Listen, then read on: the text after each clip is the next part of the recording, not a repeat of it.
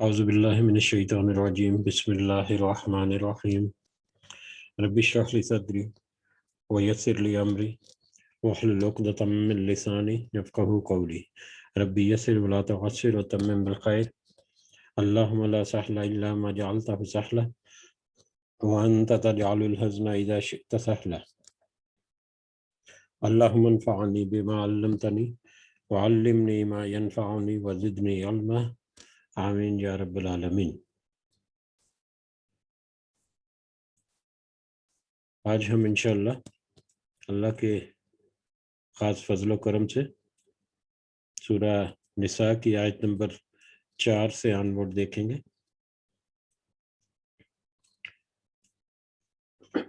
جیسا کہ پچھلی جو قرآن کی مجلس تھی اس میں ذکر ہوا، سورہ نساء ہم نے شروع کی، اور سورہ نساء کے تعارف میں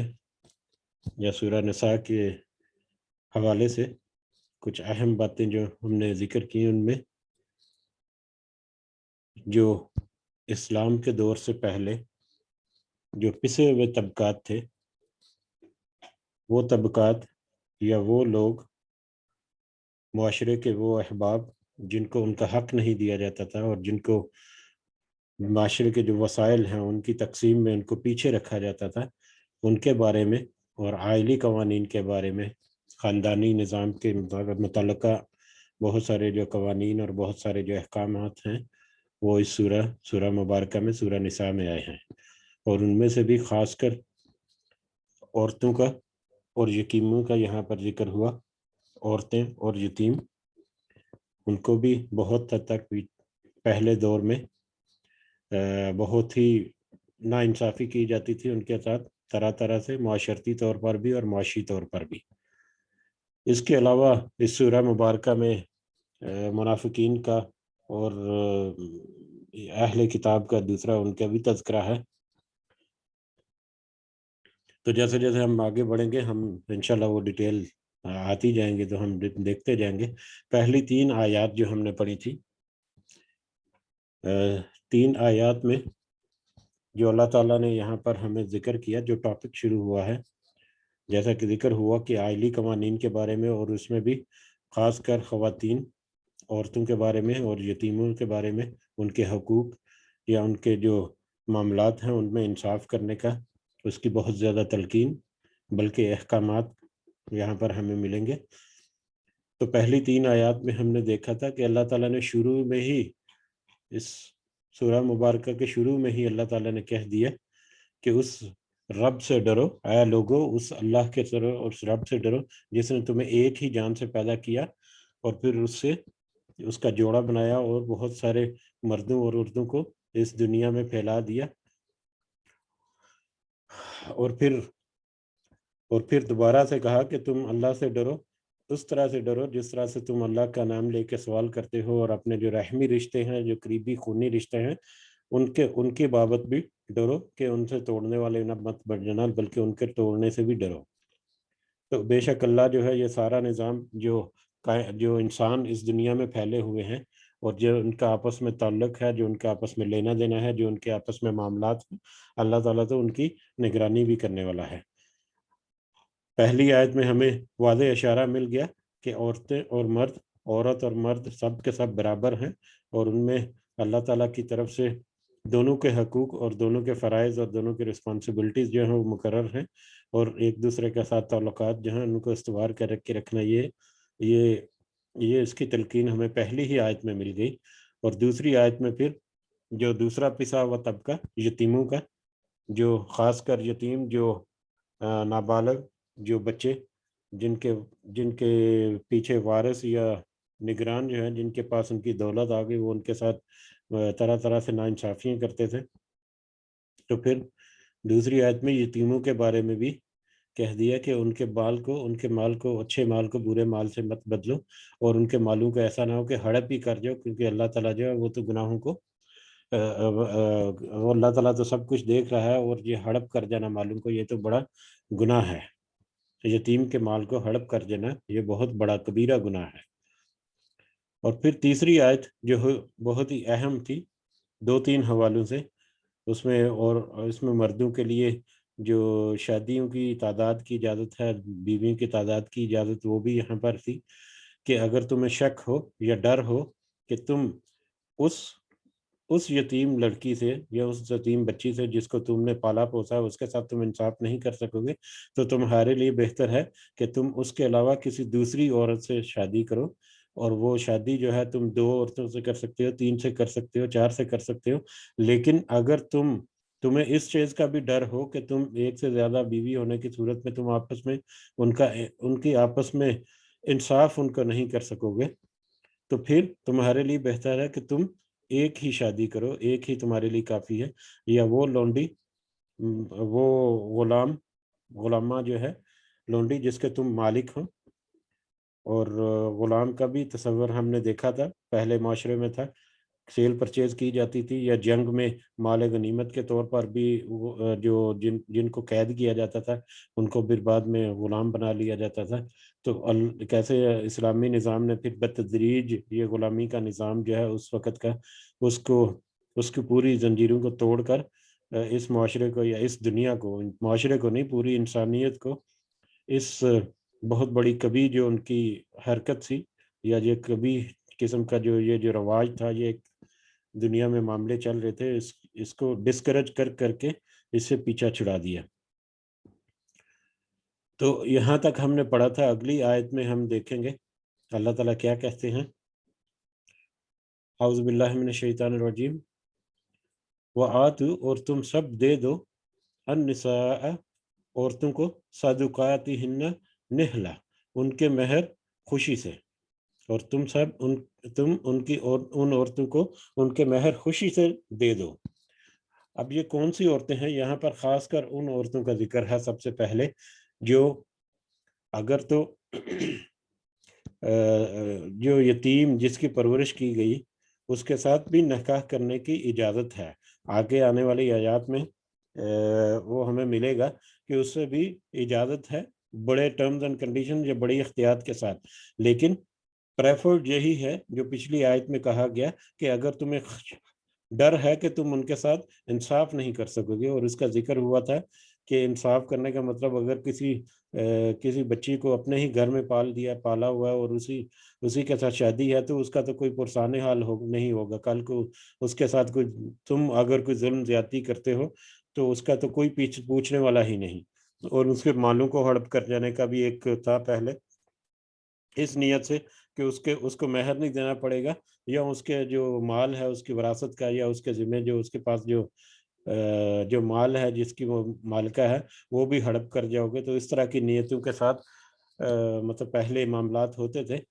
تو یہاں پر ہے کہ اگر تم ان سے یا کسی بھی عام عورت سے، جس سے بھی اور جن عورتوں سے بھی شادی کرو، تو تم ان کو ان کے مہر کو خوشی سے ادا کر دیا کرو۔ اگر کوئی عورت تم سے شادی کے لیے راضی ہوتی ہے کسی نکاح کے تحت، وہ تو نکاح کا مہر جو ہے وہ مہر اس عورت کا حق ہے، وہ مہر اس عورت کا حق ہے، نہ کہ وہ کوئی صدقہ ہے، نہ کہ وہ کوئی ایسی خیرات والی بات ہے۔ یہاں پر یہ صدقات آیا ہے، صدقات مہر کو کہتے ہیں۔ صدقہ جو ہے نا، دال کے اوپر زبر کے ساتھ، وہ ہوتا ہے خیرات، صدقہ خیرات جس کہتے ہیں۔ تو دال کے اوپر جو پیش آ جاتی ہے، اس سے پھر وہ صدقہ نہیں، اس کا مطلب ہی مہر ہے پھر، ٹھیک ہے۔ تو صدقات یہ مہر ہے، ان کو مہر دے دو خوشی سے، جتنا ان کا حق ہے، جو ان کے ساتھ طے ہوا وہ ان کو خوشی سے دے دو۔ فَإِن تِبْنَ، پھر اگر وہ چھوڑ دیں، لکم تمہیں، پھر اگر وہ تمہیں چھوڑ دیں، عن شیء، کچھ بھی حصہ، منہ، اس میں سے، اگر وہ اپنی مرضی سے اس میں سے کچھ حصہ چھوڑ دیں، اگر وہ اپنی مرضی سے اس میں سے کچھ حصہ چھوڑ دیں ان کے مہر میں سے، تو تم از خود، نفساً از خود، فَكُلُوهُ، تو تم اسے کھا لو، تو تم اسے کھاؤ، ہنیئاً، مزے سے، مریئاً، بغیر روک ٹاک کے۔ اگر وہ خود اپنی مرضی سے اپنے مہر میں سے کچھ چھوڑ دیں تو وہ تمہارے لیے جائز ہے، تم اس کو جس طرح سے مرضی چاہے استعمال کر لو یا کھا لو۔ اب یہاں پر مہر جو ہے، کیونکہ عورت کا حق ہے اور اس کا ادا کیا جانا ضروری ہے، بہت سارے معاملات ہوتے ہیں عام طور پہ، مطلب جب ایک اچھی انڈرسٹینڈنگ ڈیولپ ہوتی ہے اور ایک خاندانی نظام یا ایک جو فیملی یونٹ جو بنتا ہے مرد اور عورت کی شادی کے بعد اور بچے جو ہیں ان کے معاملات جیسے جیسے آگے بڑھتے ہیں، تو اکثر اوقات ہمیں یہ بھی دیکھنے میں ملتا ہے کہ عورت جو ہے وہ اس کا جو بھی حق مہر میں کچھ چوڑیاں ووڑیاں ہیں یا جو بھی تھوڑا بہت ہے اس کا حق ہے، تو وہ اس کو استعمال بھی کر لیتے ہیں، مطلب کوئی کوئی پلاٹ وغیرہ پرچیز کر لینا ہے یا کوئی بڑی اس طرح سے ضرورت پڑ گئی، بچوں کی بڑی کوئی فیس وغیرہ آ گئی یا ضرورت کے حساب سے کوئی بڑی ضرورت، تو اس میں وہ عام طور پہ عورتیں جو ہے وہ تعاون کرتی ہیں اور اس کو استعمال بھی کر لیا جاتا ہے، تو وہ اپنی خوشی سے استعمال کر رہی ہے یا اپنی خوشی سے، مطلب اگر مرد کے جو ذمہ داریاں ہیں ان میں وہ استعمال کرنا چاہ رہی ہے یا کرتی ہے تو پھر تمہارے لیے جائز ہے۔ ہاں البتہ اکثر اوقات ہمیں یہ بھی معاملہ دیکھنے میں ملتا ہے کہ اس کے پاس جو بھی نکاح کا اس کا ہے دولت مال ہے، اس کے پاس کوئی چوڑیاں وغیرہ ہیں یا کوئی جو بھی اس کے پاس ہے، تو اس کو کبھی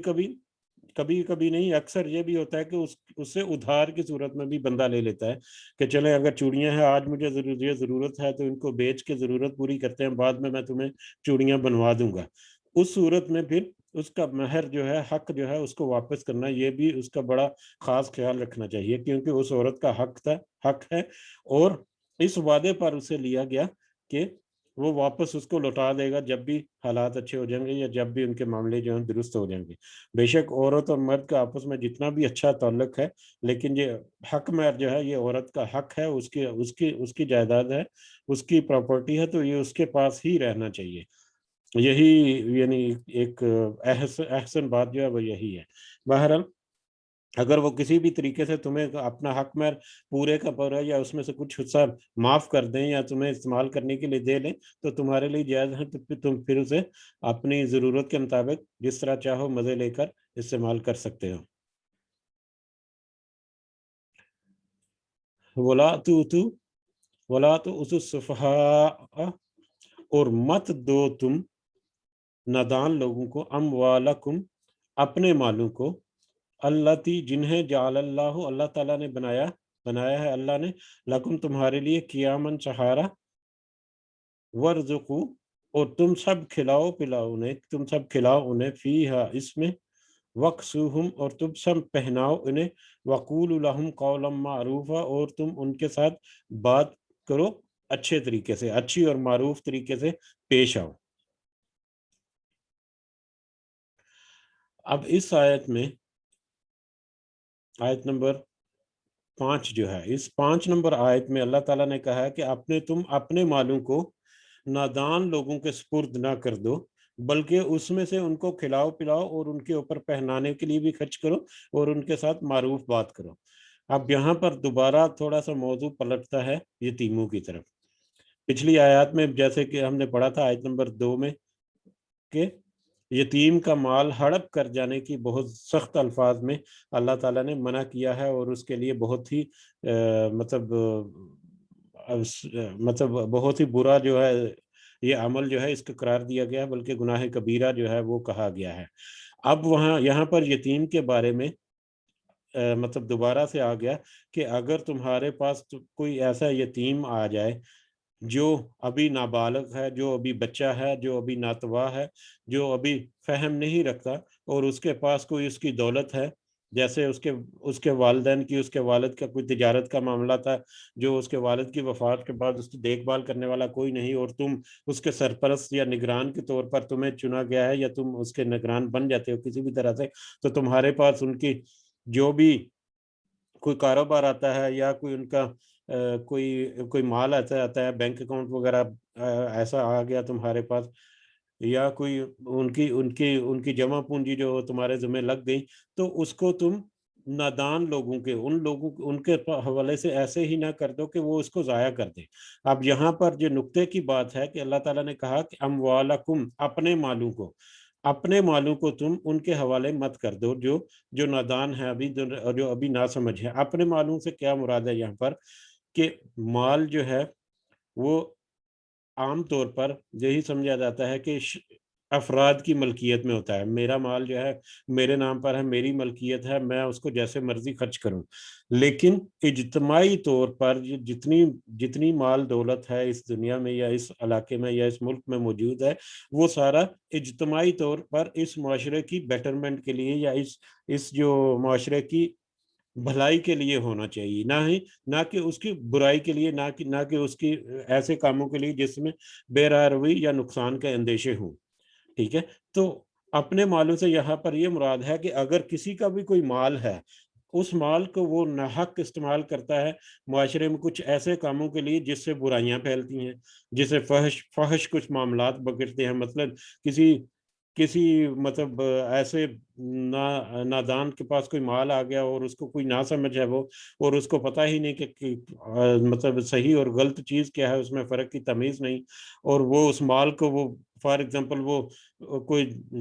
جوئے کے طور پر یا شراب کے لیے وہ استعمال کرنا چلتا جاتا ہے, اور اس کے ساتھ وہ 2-4 اور لوگوں کو بھی ملا لیتا ہے. اس کی وجہ سے معاشرے میں ایک بگاڑ بھی پیدا ہو جاتا ہے. جیسے محلے میں کسی ایک فرد کے پاس پیسے ہیں کچھ, اور ان پیسوں کو وہ مطلب بغیر سوچے سمجھے وہ خرچ کرتا ہے اور اپنے ساتھ 2-4 اور ساتھیوں کے بھی ملا لیتا ہے, اور اس طرح کے کوئی کبھی معاملات جو ہے وہ شروع کر دیتا ہے, تو معاشرے میں ایسی چیزیں جو ہے وہ برائی کا سبب بنتی ہے, معاشرے کے بگاڑ کا سبب بن سکتی ہیں. تو اس کنسپٹ میں علماء جو ہے یہ اپنے مال کا مطلب یہ سمجھا جاتا ہے کہ معاشرے میں اس مال کو, جو بھی مال کسی کے پاس ہے, وہ معاشرے میں اچھے کاموں کے لیے صرف ہونا چاہیے, نہ کہ کوئی برائی کے کاموں میں, نہ کہ کسی بے راہ روی کے اور بگاڑ کے کاموں میں خرچ ہو. تو اس لحاظ سے جو بھی مال ہے وہ سمجھو کہ وہ ہر ایک کی مشترکہ جائیداد ہے, اس کو اچھے طریقے سے اور اس کو مطلب پروڈکٹیو میں استعمال میں لانا یہ ایک دوسرے کے لیے کہہ لیں کہ ذمہ داری ہے سب کی. بہرحال اسی کنسپٹ میں یا اسی بیک گراؤنڈ کے تحت اس آیت کی جو ٹرانسلیشن ہے وہ کی گئی ہے. اس کے علاوہ ایک دوسرا کنسپٹ ہے وہ تھوڑا سا کمزور ہے اس آیت کے حوالے سے یا پچھلے سیاق و سباق کے حوالے سے, تو کہ تم اپنے مالوں کو مطلب تمہاری اپنی جو جائیداد ہے ان کو تم بغیر مطلب ایسے لوگ جو نہ سمجھیں ان کے حوالے ایسے ہی مت کر دیا کرو. اس میں یہ بھی سمجھ آ سکتی ہے کہ جیسے آپ کی اولاد ہے وہ ابھی تک نہ سمجھ ہے, نہ بلد ہے, تو آپ کے پاس اپنا جو مال ہے آپ بے دریغ ان پہ اوپر خرچ کر رہے ہو, ان کو ضرورت سے زیادہ دے رہے ہو, اور وہ اس مال کو پھر بے راہ روی سے استعمال کرتے ہیں اس معاشرے میں.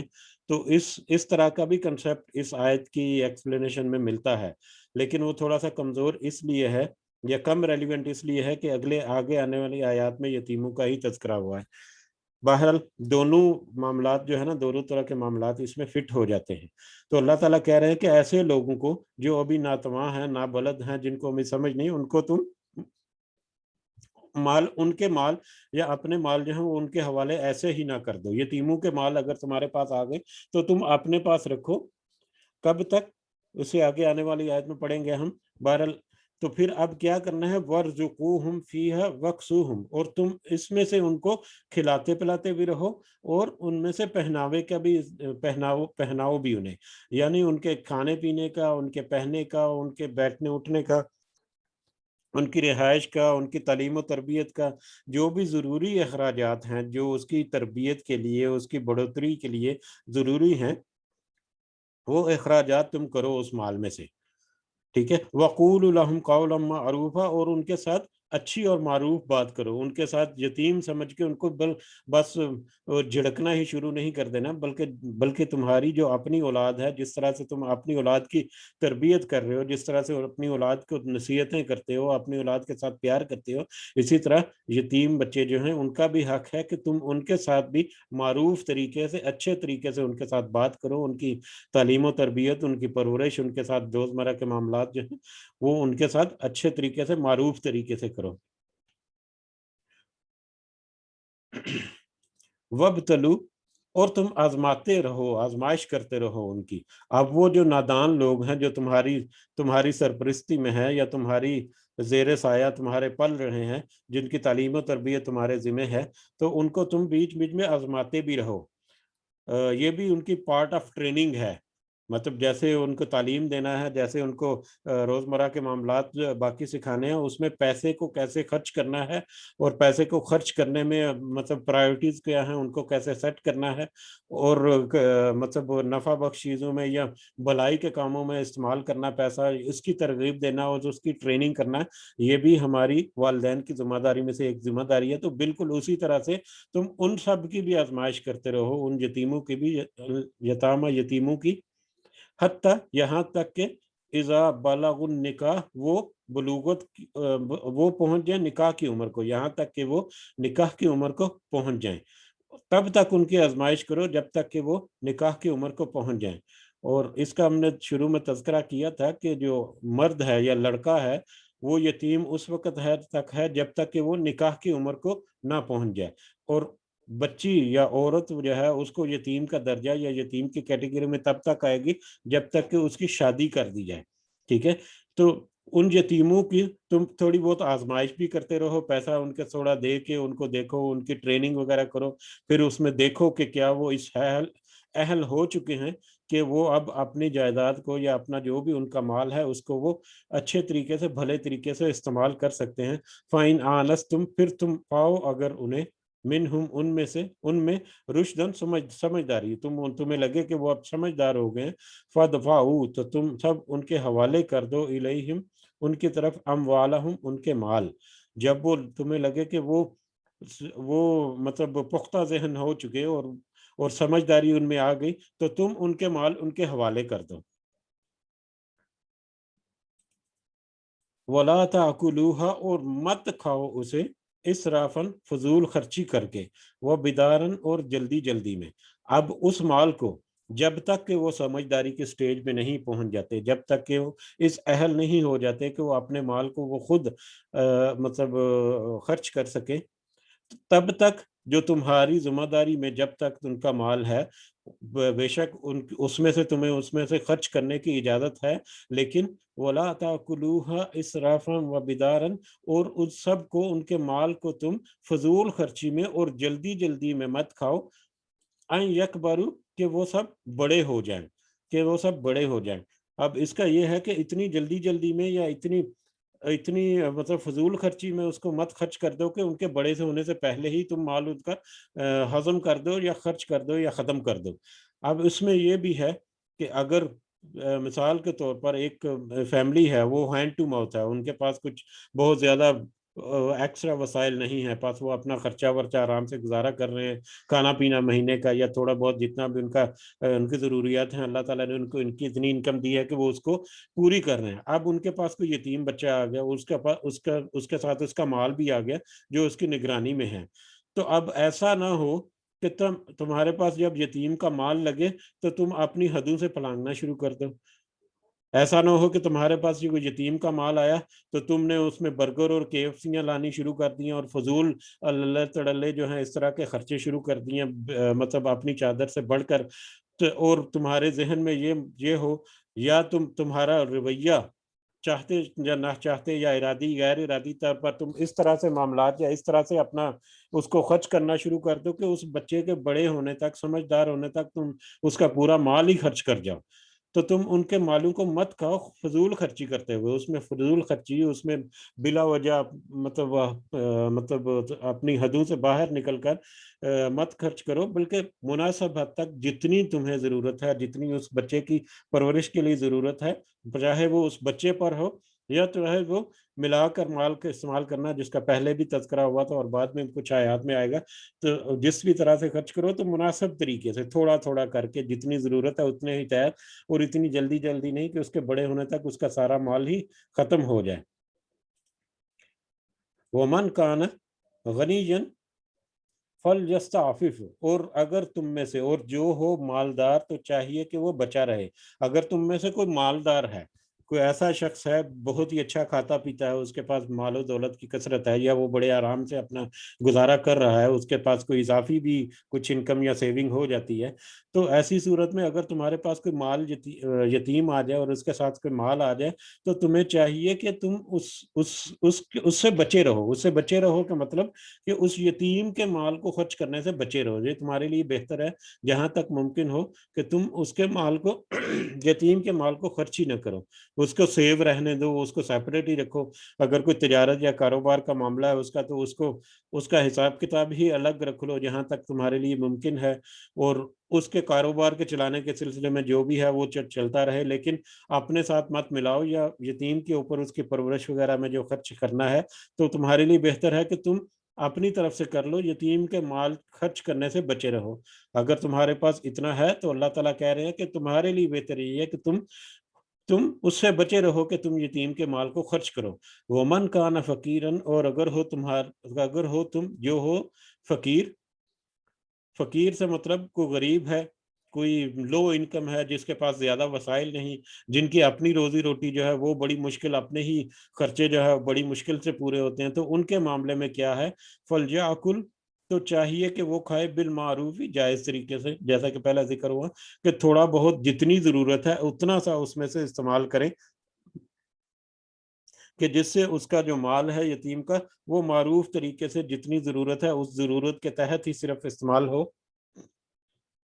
کھلا خرچ، فضول خرچی وغیرہ جو ہے وہ نہ ہو اس میں. فَإِذَا دَفَعْتُمْ، پھر جب تم حوالے کرنے لوگو الیہم، ان کی طرف، اموالہم، ان کے مال، جب وہ بلوغت کو پہنچ جائیں اور تمہیں لگے کہ اب وہ اہل ہیں کہ اپنے مال کو خود سے استعمال کر سکتے ہیں، تو جب تم ان کا مال ان کو حوالے کرنے لگو تو کیا کرو، فَأَشْهِدُوا عَلَيْهِمْ، تو تم گواہ بنا لو ان پر، تم گواہوں کو قائم کر لو، کسی کے سامنے کوئی لکھ پڑھ کر لو، اور کوئی گواہ جو ہیں ان کو مقرر کر دو، تاکہ تمہارے لیے سند رہے، اور تاکہ تمہارے لیے بعد میں آنے والے معاملات جو ہیں ان میں بھی تم سیف سائڈ میں رہو، کہ ہاں تمہارا مال، اتنا مال مجھے ملا تھا، اتنا تمہارے اوپر خرچ کیا اور اتنا میں نے واپس کر دیا، اور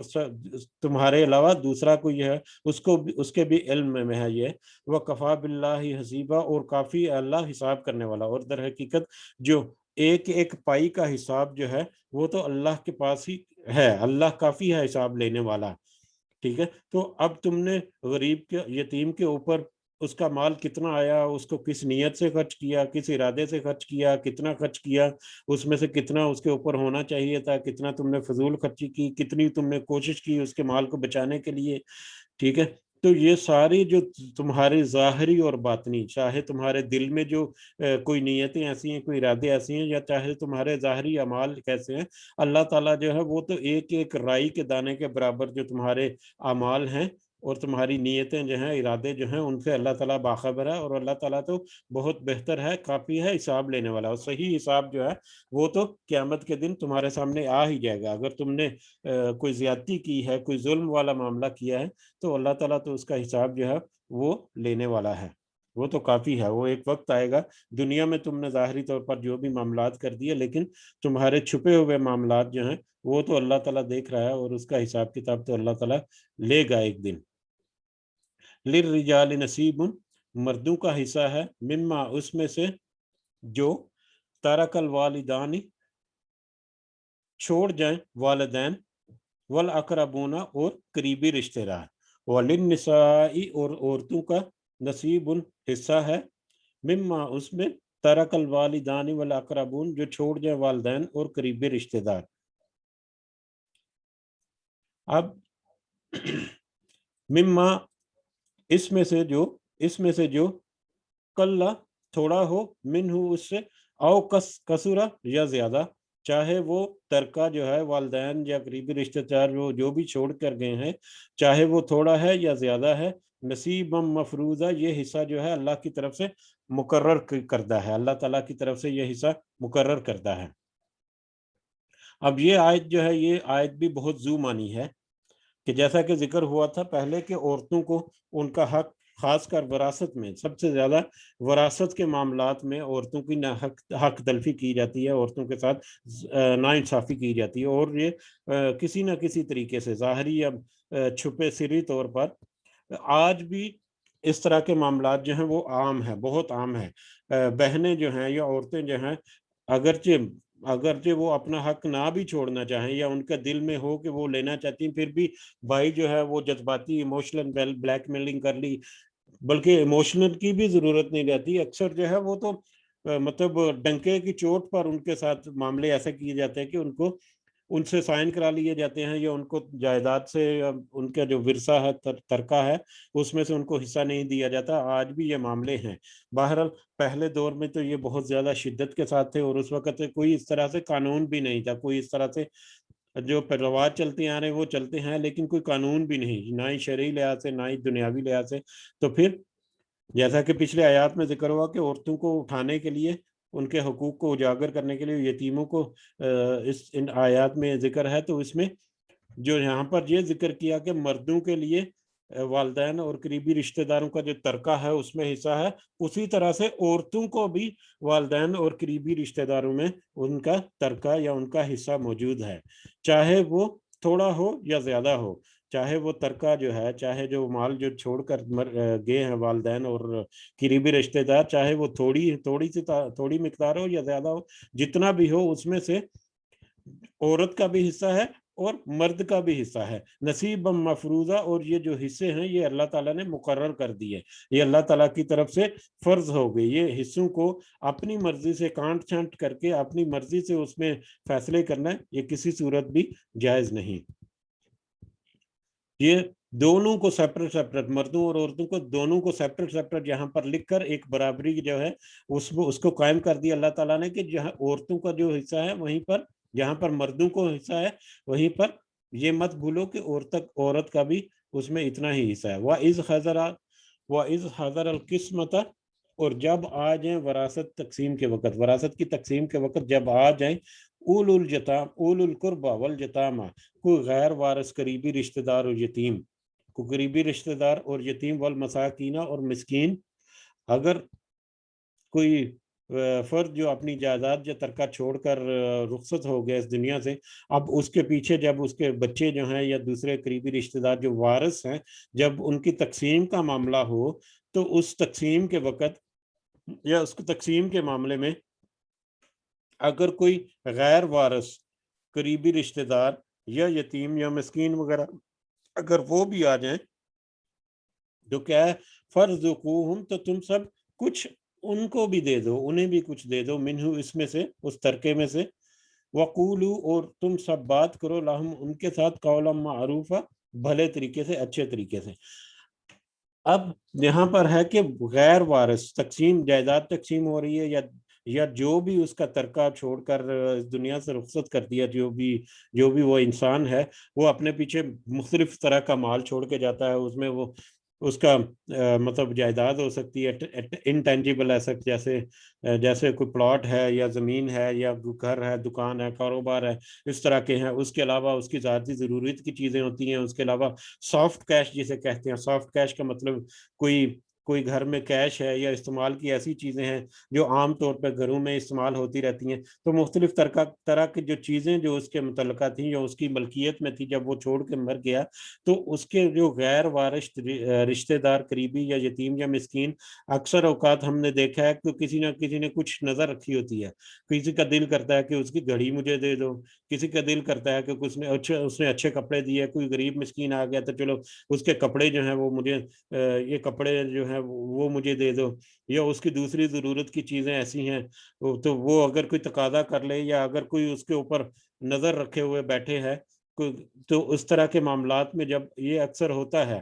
کہ مطلب کوئی چھوٹی سی، کوئی ہلکی پھلکی سی بالیاں یا کوکی کسی عورت کی پڑی ہوئی ہے جو ناک میں ڈالنے والی معمولی مالیت کی چیزیں ہوتی ہیں، تو وہ کسی غریب کو یا کسی مسکین کو اگر دے دیا جائے تو اس میں کوئی حرج نہیں۔ ہاں البتہ جو وارث ہیں جن میں تقسیم ہونا ہے جائیداد کو یا اس ترکے کو، ان کی ان کی مشاورت سے یا ان کے معلومات کے تحت. ایسا نہیں کہ اپنی مرضی سے ہی ایک بندہ جو ہے وہ اس کو خرچ کرنا شروع کر دے اور کسی دوسرے وارث کو پتہ ہی نہ ہو. بہرحال اچھے طریقے سے اگر کوئی یتیم غریب یا قریبی رشتہ دار جو ہے وہ اگر کوئی طمع رکھے یا کوئی توقع رکھے کسی چیز کو ملنے کی اس میں سے, تو ان کے اوپر بھی تم خرچ کر دو, ان کو بھی تم تھوڑا سا دے دو. اور دیکھو اگر تم ان کو دینا نہ بھی چاہو, وَقُولُوا لَهُمْ قَوْلًا مَعْرُوفًا, اگر ان کو دینا نہ بھی چاہو, کسی طرح سے انکار کرنا چاہو یا تم کو اس طرح کا معاملہ ہے کہ تم نہیں دے سکتے, تو پھر اس صورت میں تم بھلے طریقے سے اس کو اچھے طریقے سے انکار کرو. ان کو جھڑکانا نہیں, ان کو ایسے زیادتی کے ساتھ ان کے ساتھ پیش نہیں آنا, بلکہ اچھی بات کر کے ان کے ساتھ پیش آنا ہے. جس طرح کا بھی معاملات ہے, چاہے تم ان کو ان میں سے کچھ حصہ دے رہے ہو, چاہے تم انکار کر رہے ہو, تم ان کے ساتھ معروف طریقے سے بات کرو. وَلْيَخْشَ الَّذِينَ, اور چاہیے کہ ڈریں وہ لوگ, لَوْ تَرَكُوا, اگر وہ چھوڑ جائیں, مِنْ خَلْفِهِمْ ذُرِّيَّةً, تو اپنے پیچھے اولاد. ان لوگوں کو چاہیے کہ اگر وہ اپنے پیچھے اولاد چھوڑ جائیں تو وہ اس طرح سے ڈریں, ضِعَافًا, کمزور, کوئی کمزور اولاد.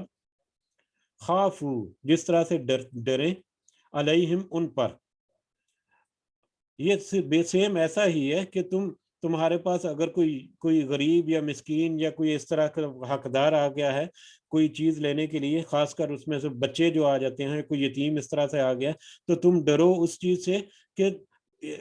بالکل ایسا ہی کہ تم اگر اپنے پیچھے کوئی ناتواں یا کمزور اولاد چھوڑ جاؤ, تو تمہارے پیچھے اگر دوسرے لوگ بھی اس طرح سے معاملہ کرے تو تمہیں کتنی اس کی تکلیف ہوگی, یا تم کتنا اس کا درد رکھو گے. جیسا تم درد دوسروں کے لیے اپنے لیے فیل کرو گے, ویسا ہی تم درد جو ہے وہ دوسروں کے لیے رکھو. یہ پچھلی آیت جو ہے اسی کی کنٹینیوشن ہے کہ اگر تمہارے پاس کوئی غریب یتیم یا مسکین آ جائے تو اس کے ساتھ تمہارا معاملہ ایسا ہی ہونا چاہیے جیسے تم اپنے بچوں کے ساتھ معاملہ کرو, کہ جیسے تمہارے اپنے بچوں کے ساتھ کوئی اس طرح سے ہو تو کتنی تمہیں تکلیف ہوگی, تو تم اپنے بچوں کے ساتھ جیسا اچھا معاملہ کرتے ہو ویسا ہی معاملہ تم دوسروں کے ساتھ بھی کرو. فَلْيَتَّقُوا اللَّهَ, پس چاہیے کہ وہ سب ڈریں, وَلْيَقُولُوا, اور چاہیے کہ وہ سب بات کریں, قولاً سدیدہ, معروف, اچھی سیدھی بات کریں. وہ سب اس کے نتیجہ کیا ہے کہ وہ تم سب کو چاہیے کہ وہ سب ڈریں اور اچھی اور سیدھی اور سچی اور حق پہ جو قائم بات ہے اس کو کریں, نہ کہ نا انصافی کی, نہ کہ جھڑکنے والی اور ظلم اور زیادتی کرنے والے طریقے سے. ان الذین, بے شک وہ لوگ, یاکلون, جو سب کھاتے ہیں, اموال الیتامی, یتیموں کے مال کو. اب جو یتیموں کے مال کو کھاتے ہیں وہ لوگ ظلم کرتے ہیں ظلم کرتے ہوئے یتیموں کے مال کو کھا جاتے ہیں. جیسا کہ اوپر آیات میں بہت واضح بتا دی اللہ تعالیٰ نے, چاہے وہ مال کو زیادہ خرچ کر کے ہو, چاہے وہ غبن کر کے یا کسی ناجائز طریقے سے چھپا کر اپنے مال کو ضائع کر کے یا اپنے پیٹے میں ڈالتے رہیں یا بے راروی کے ساتھ اس کو خرچ کریں, کسی بھی طریقے سے اگر وہ یتیم کے مالوں کو کھاتے ہیں ظلم کرتے ہوئے, نا انصافی کے ساتھ اس کے مال کو خرچ کرتے ہیں, انما, در حقیقت, یاکلون, وہ بھرتے ہیں, فی بطونہم نارن, اپنے پیٹوں میں آگ. در حقیقت وہ تو اپنے پیٹوں میں آگ ہی بھر رہے ہیں. وسیصلون, اور عنقریب ہے کہ وہ داخل ہوں گے, سعیرن, بھڑکتی ہوئی آگ میں. جو بھی یتیم کے مال کو ظلم کرتے ہوئے, نا انصافی کے ساتھ, بے راہ روی سے, بے دردی سے اس کو ختم کر دے یا اس کو کھا پی جائے یا اپنے اوپر استعمال کر لے ناحق طریقے سے, در حقیقت وہ اپنے پیٹوں میں آگ بھر رہا ہے. اور اپنے پیٹوں کے اندر آگ بھری ہوئی جب وہ قیامت کے دن حاضر ہو جائے گا تو اس کو آگ میں جھونک دیا جائے گا, عنقریب وہ بڑھتی ہوئی آگ میں داخل بھی ہوں گے. اور جب وہ آگ میں جھونک دیا جائے گا, یعنی کہ اس نے اپنے اندر بھی آگ بھری اور اس کے باہر بھی آگ ہی آگ, تو صرف آگ کا ہی اتنا بڑا عذاب ہے جس کا مزہ اسے چکھنا ہے. جی, اس کے بعد آگے آنے والی آیات جو ہیں وہ وراثت کی تقسیم جو ہے اللہ تعالیٰ نے جو حصے مقرر کیا مختلف رشتہ داروں کے یا وارثوں کے, ان کے بارے میں کافی ساری تفصیل آئیں گی. تو اس ضمن میں ایک دو پوائنٹ میں آج صرف بتانا چاہتا ہوں, باقی کل ہم دیکھیں گے. تو وراثت کی تقسیم کے معاملات جو ہیں وہ یہاں پر اگرچہ کہ اگلی تقریباً 4 آیات ہیں, ان 4 آیات میں اللہ تعالیٰ نے وراثت کی تقسیم جو ہے اس کا ذکر کیا کہ کس کو کتنا حصہ ہے. اور کون سی کنڈیشن میں یا کون سی سچویشن میں کس کا کیا حصہ بنتا ہے. ٹھیک ہے, اگر وہ بے اولاد ہے تو اس کا کتنا حصہ ہے, اگر اس کا اولاد والے ہیں, بیٹے بیٹیاں دونوں ہیں, تو پھر کس کو کتنا حصہ ہے, اگر صرف بیٹے ہیں تو کتنا حصہ ہے, صرف بیٹی ہے تو کتنا حصہ ہے, صرف بیٹیاں ہیں دو یا دو سے زیادہ تو پھر کتنا حصہ ہے, اگر والدین بھی ہے تو کتنا حصہ ہے. تو یہ ڈفرینٹ سچویشنز میں ڈفرینٹ طرح سے وہ مال جو ترکہ جو ہے وراثت اس کی تقسیم کے معاملے جو ہیں اللہ تعالیٰ نے ذکر کیے ان 4 آیات میں. لیکن ان 4 آیات کے علاوہ اس کی فردر ایکسپلینیشن بہت ہی وسیع ہے, احادیث میں بہت زیادہ ملتا ہے. اس کے علاوہ اور بھی کچھ آیات آگے آنے والی ان میں بھی کچھ تھوڑا بہت تذکرہ ہے. آیات کی صورت میں تو البتہ ایک ہی جگہ پہ یہ 4 بہت ہی وسیع معنی رکھنے والی آیات ہیں, لیکن ان آیات سے یہ پورا ٹاپک کور نہیں ہوتا. اس میں بہت ساری احادیث جو ہیں اس سے سہارا لے کر بہت سارے معاملات جو ہیں ان کو طے کرنے پڑتے ہیں, اور بہت سارے معاملات جو ہیں وہ پھر ڈفرینٹ سچویشنز کو کمپائل کر کے کیس ٹو کیس بیسس پہ ان کا فیصلہ ہوتا ہے. کیس ٹو کیس کہ کس طرح کا کوئی معاملہ ہے یا کس طرح کی سچویشن ہے, کون سے اس کے وارث ہیں اور ان کی کیا اہلیت ہے, اس حساب سے ہر فرد یا ہر جو کیس ہے اس کی سچویشن کے مطابق اس کا حق جو ہے وہ مقرر ہوتا ہے, یا اس کا حق جو ہے وہ نکالا جاتا ہے, کیلکولیٹ کیا جاتا ہے. اس لیے آگے آنے والی آیات جو ہیں صرف ان کا ہی مطلب یا ان کی ہی بریکٹس میں رکھ کر اس کی ایکسپلینیشن ممکن نہیں, جب تک کہ حدیثوں کے ذریعے یا دوسرے اس کی ایکسپلینیشن جو ہیں ان کو پھیلایا نہ جائے. تو اس لیے وہ ممکن نہیں کہ ان 4 آیات کی ایکسپلینیشن میں ہم قانون وراثت یا جو تقسیم وراثت ہے اس کے سارے معاملات جو ہیں وہ دیکھ لیں. اس کے لیے نمبر 1 جیسے کہ میں نے ذکر کیا کہ کیس ٹو کیس جو ہے وہ انتہائی ضروری ہے کہ ایک بندہ اس دنیا سے رخصت ہو گیا, اس نے پیچھے اپنے کتنا ترکہ چھوڑا, اس میں کتنا اس کا قرض ہے, کوئی اس نے وصیت کی ہے تو وہ کتنی ہے, اس کے بعد کتنا مال اس کا بچے گا, اس مال میں سے اگر والدین ہیں تو ان کا حق نکالنا ہے, اگر بچے ہیں تو بچوں کی تعداد کتنی ہے اور بچوں کی تعداد کے حساب سے کتنا کس کا حق ہے. تو یہ ساری کیلکولیشن جو ہے وہ کچھ حد تک کمپلیکیٹڈ ہے, لیکن اگر وہ ایک مطلب نظام کے تحت یا اگر اسلوب کے تحت وہ ان کو دیکھا جائے تو وہ بہت آسان بھی ہے. کمپلیکیٹڈ اس سینس میں ہے کہ مطلب جتنے بھی اس کے پارٹیسپینٹس ہیں ان سب کو کچھ نہ کچھ حصہ ملنا ہے. ٹھیک ہے, اور وہ کسی ایک خاص طریقے سے اس کو کیلکولیٹ کیا جانا ہے. ٹھیک ہے, اس لحاظ سے وہ آیات جو ہیں وہ زیادہ اہمیت کی حامل ہو جاتی ہیں جب اس کے ساتھ احادیث اور دوسرے جو مطلب تفاسیر ہیں وہ بھی ان کے ساتھ ملتی ہیں. تو اس سینس میں ان کا احاطہ کرنا ہماری مجلس میں وہ ممکن نہیں ہوگا. البتہ ان کے جب ہم پڑھیں گے, ان کا ترجمہ ہی جب پڑھیں گے ہم, تو اس سے بھی ہمیں بہت ساری سینس جو ہے وہ کلیئر ہو جائے گی. تو اس لیے ہم اگلی جو وراثت کی تقسیم کی جو آیات ہیں ان کو ہم ٹو دی پوائنٹ دیکھیں گے. ان کی مزید تفصیلات جو ہے وہ ممکن اس لیے نہیں ہوگی کہ اس میں پھر ہمیں احادیث کا سہارا لینا پڑے گا اور بہت سارے معاملوں میں ہم احاطہ نہیں کر پائیں گے. کیونکہ مثال کے طور پر اب ہم نے ایک حدیث پڑھی تھی اپنے حدیث کے چیپٹر میں, حدیث کا جو لیسن ہے اس میں سے, کہ ایک صحابی جو ہیں وہ قریب المرگ تھے بیماری کے عالم میں, اور ان کے پاس جائیداد بھی تھی, کافی مال و دولت ان کے پاس کافی تھا. نبی کریم صلی اللہ علیہ وسلم ان کے پاس تیمارداری کے لیے آئے تو انہوں نے ان سے کہا کہ میری بیٹی ہے تو مجھے ڈر ہے, خوف ہے کہ میں ابھی کہیں گزر جاؤں تو میں اپنا مال جو ہے وہ اللہ کی راہ میں خرچ کر دوں یا اللہ کی راہ میں وصیت کر دوں. وصیت کرنا, اب وصیت تو نبی کریم صلی اللہ علیہ وسلم نے کہا کہ نہیں, یہ مال جو سارا مال تو بہت زیادہ ہے. تو انہوں نے کہا کہ کیوں آدھا؟ تو نبی کریم صلی اللہ علیہ وسلم نے کہا کہ نہیں, آدھا بھی نہیں, بہت زیادہ ہے. پھر انہوں نے کہا کہ تیسرا حصہ کا مطلب 1/3 33% تقریباً 33.3%. تو نبی کریم صلی اللہ علیہ وسلم نے کہا یہ بھی زیادہ ہے, ہاں البتہ تم اس کی اجازت ہے. یعنی اس حدیث کے مطابق کہ کوئی مومن جو ہے یا کوئی مسلمان جب وہ فوت ہوتا ہے تو اس کے بعد اپنے فوت ہونے کے بعد وہ اپنے مال میں سے زیادہ سے زیادہ 1/3 مال کا وصیت کر سکتا ہے اپنی مرضی سے. وراثت کی تقسیم کے وقت زیادہ سے زیادہ اپنی زندگی میں وہ 1/3 اپنا جو ترکہ ہے اس کی وصیت کر سکتا ہے, باقی 2/3 جو ہے وہ اس کے رشتہ داروں میں بانٹے گا. یہ اللہ تعالیٰ نے مطلب نبی کریم صلی اللہ علیہ وسلم کی حدیث کے ذریعے ہمارے اوپر لازم ہو گیا. اب ہم جو بھی اگلی آیات پڑھیں گے اس میں سے ہمیں یہ بھی دیکھنا ہے کہ اس نے کوئی وصیت کی ہوئی ہے تو کیسی ہے, اس کی وصیت کتنے مال کی ہے. اگر وہ 1/3 سے زیادہ جاتی ہے تو ہمیں وہ 1/3 تک وصیت رکھنی ہے اس کی. ٹھیک ہے, تو اس طرح کے بہت سارے معاملات ہیں جو بہت ساری ایکسپلینیشن ہمیں لینی پڑتی ہیں پھر احادیث سے. تو ان آیات کی ایکسپلینیشن جو ہے وہ ہم اس لیے ٹو دی پوائنٹ رکھیں گے, اور اگر کسی کو کچھ معاملہ ہوتا ہے تو وہ کیس ٹو کیس بیسس پہ بڑا آسانی سے اس کے حل جو ہے وہ ہمیں مل جاتے ہیں. ٹھیک ہے, ایک تو یہ ذکر کرنا تھا, اور دوسرا جو ہے وہ مطلب یہ تھا کہ جو انسان اپنی زندگی میں اپنے ترکے کے حساب سے یا اپنی جائیداد کے ساتھ جو اس کو خرچ کر سکتا ہے, تو اس کے 2-3 کیٹیگریز کہہ لیں. ایک تو ہے ہدیہ, تحفہ, جسے وہ تحفہ تن کہتے ہیں. وہ تحفہ جو ہے ایک ہے ہدیہ ہے, دوسرا ہے وصیت, اور تیسرا ہے وہ ترکہ. ٹھیک ہے, ہدیہ جو ہے وہ تحفہ جو ہے, اگر وہ تحفہ مطلب اپنی زندگی میں تحفتاً کوئی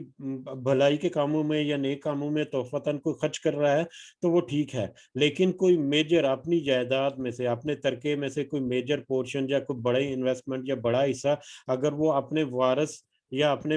اولاد میں تقسیم خرچ کرتا ہے تو وہ برابر خرچ کرے گا, تو وہ برابر خرچ کرے گا. ایسا نہیں کہ اس کے پاس ایک پلاٹ ہے تو کسی ایک بیٹے کے نام کر دیے اور باقی بیٹے یا بیٹیاں جو ان کے ساتھ ایسا معاملہ نہیں کیا, تو ایسا بھی کرنا جائز نہیں. کہ اگر اس دنیا میں اس زندگی میں وہ اپنے ترکے میں سے کچھ حصہ جو وہ خرچ کر رہا ہے تو اپنی اولاد کے اوپر, چاہے وہ بیٹی ہے یا بیٹا ہے, اس کے اوپر وہ برابر خرچ کرے گا, برابر مقدار میں. ٹھیک ہے, اس میں وہ زیادتی نہیں کر سکتا کسی کا. دوسرا وصیت کے بارے میں جیسا کہ ذکر ہوا کہ وہ 1/3 سے زیادہ اپنے مال کو ترکے کو وصیت نہیں کر سکتا, کہ وہ 1/3 غیر وارثوں کو, اور وصیت جو ہے وہ بھی غیر وارثوں کے لیے ہوگی. وصیت غیر وارثوں کے لیے ہوگی جو وراثت میں جن کا حقدار نہیں. ایسا نہیں کہ وصیت میں وہ کہہ دے کہ 1/3 حصہ جو ہے میں اپنے فلاں بیٹے کو دے دیتا ہوں, تو یہ وصیت بھی ٹھیک نہیں ہوگی. تو غیر وارثوں کے لیے میکسیمم وہ 1/3 کر سکتا ہے. اور تیسرا جو ترکہ وہ چھوڑ کر مرے گا تو اس کو کیسے تقسیم کرنا ہے, وہ پھر اللہ تعالیٰ کی آیات اور نبی کریم صلی اللہ علیہ وسلم کی احادیث مبارکہ جو ہیں ان کے مطابق جو مطلب تقسیم ہوتی ہے. تو اللہ تعالیٰ نے بہت ہی خوبصورتی کے ساتھ یہ احکامات جو ہیں یہ ہماری امت کو بتائے ہیں. تو اللہ تعالیٰ سے دعا ہے کہ اللہ تعالیٰ ہمیں ان معاملوں میں نہ صرف فہم عطا کرے بلکہ ہمیں انصاف کی بھی توفیق دے, کہ ہم ایسے معاملوں میں کوئی ایسی بات نہ کر دیں جو کسی کے ساتھ نا انصافی والے معاملے ہوں. وما علینا الا البلاغ. یہ اگر اس میں سے کسی کو کچھ ایڈ کرنا ہے تو آپ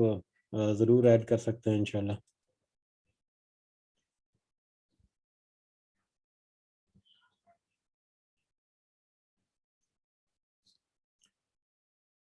جی پھر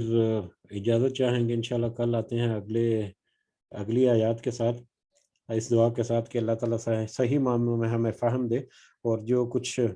کریٹیکل آیات بھی ہم پڑھتے ہیں تو اس میں بھی پڑھنے میں, سمجھنے میں, سننے میں اگر ہم سے کوئی کمی بیشی ہو جائے تو اللہ تعالیٰ ہمیں معاف فرمائے, اور اللہ تعالیٰ ہمیں اپنی جو